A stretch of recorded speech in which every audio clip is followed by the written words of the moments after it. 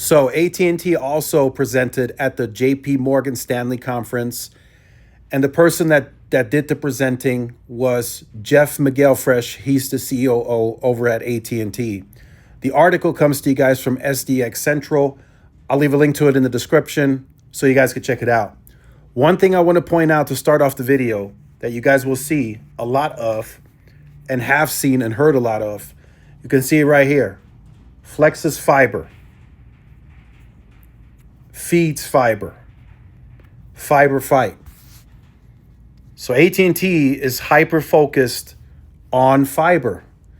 That is really their biggest priority internally right now, right? There is not much discussion around wireless. Even the analysts are more excited about where the future of fiber is going. So a lot of the questions that are being asked during these conferences, during the Q&A, it's mostly about fiber. And then if there is questions about wireless, those questions oftentimes move back to fiber, right? They don't really have discussion around, okay, we're densifying, we're adding 30,000 small cells, we're doing this, the last two conferences that I listened in on, they really didn't even bring up the Nokia to Ericsson conversions whatsoever. They didn't even talk about it. But one thing that they did talk about in this conference, at least Jeff McGillfresh, is fiber. And you see that again in this article. Now, one thing that I did really like is he really put it in perspective how big of an investment this really is. So McGillfresh told an audience at the JP Morgan Investor Conference this week that AT&T is currently on a fiber building boom that is the equivalent of deploying a new fiber connection between New York City and Los Angeles in route miles every month. Not every quarter, not every 6 months. It's every month they're scaling fiber in that amount of route miles. That is crazy. And that tells you where the shift of the investment is going and how expensive this is. He even stated that in the second quarter, they're going to spend as much as $5 billion on the CapEx, or at least that's what they're anticipating to spend for just the second quarter. And a huge chunk of that is going to be for fiber. It has to be.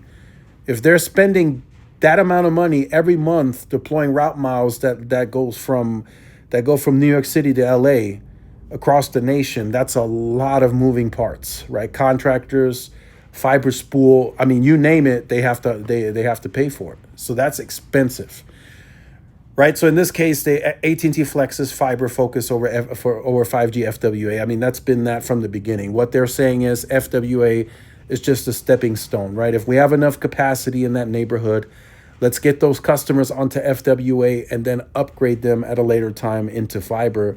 And that will create a long-term customer. That's how they're looking at FWA, right? They're not looking at FWA as in, okay, we're going to get this neighborhood, we're going to get this customer in this house, and we're going to keep them on FWA for 10 years. That's not how AT&T is looking at it.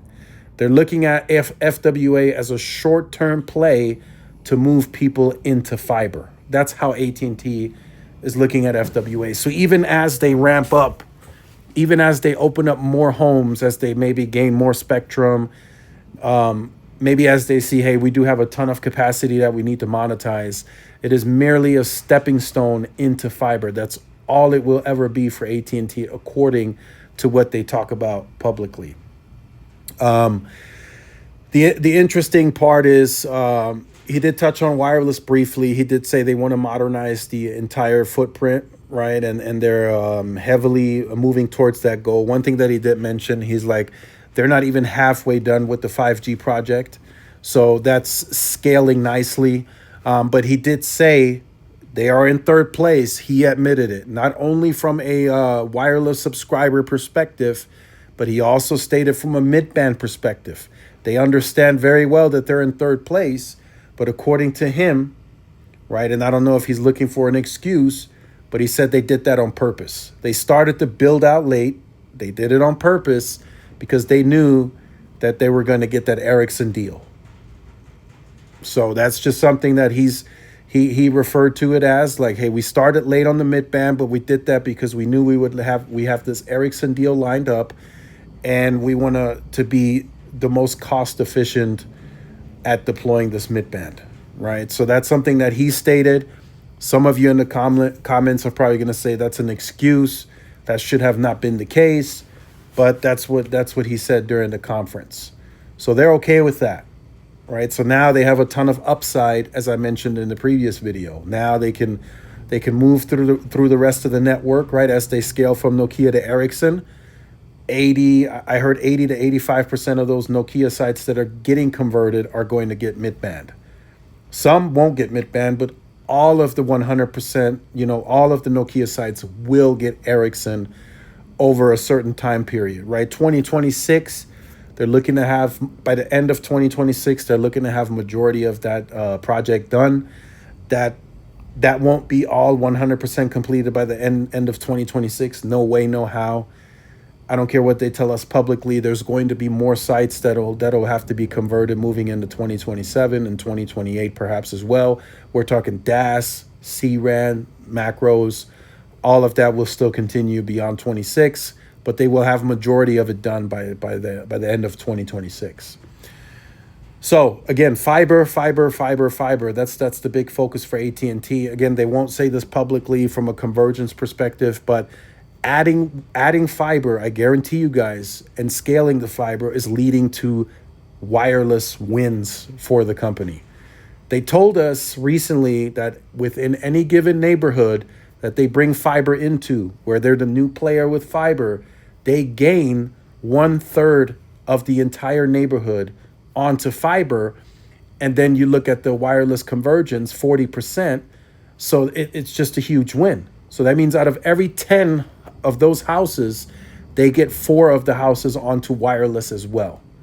So it's just a huge win-win for AT&T. So that's why they're heavily focused on fiber, because it's helping them also grow the wireless share.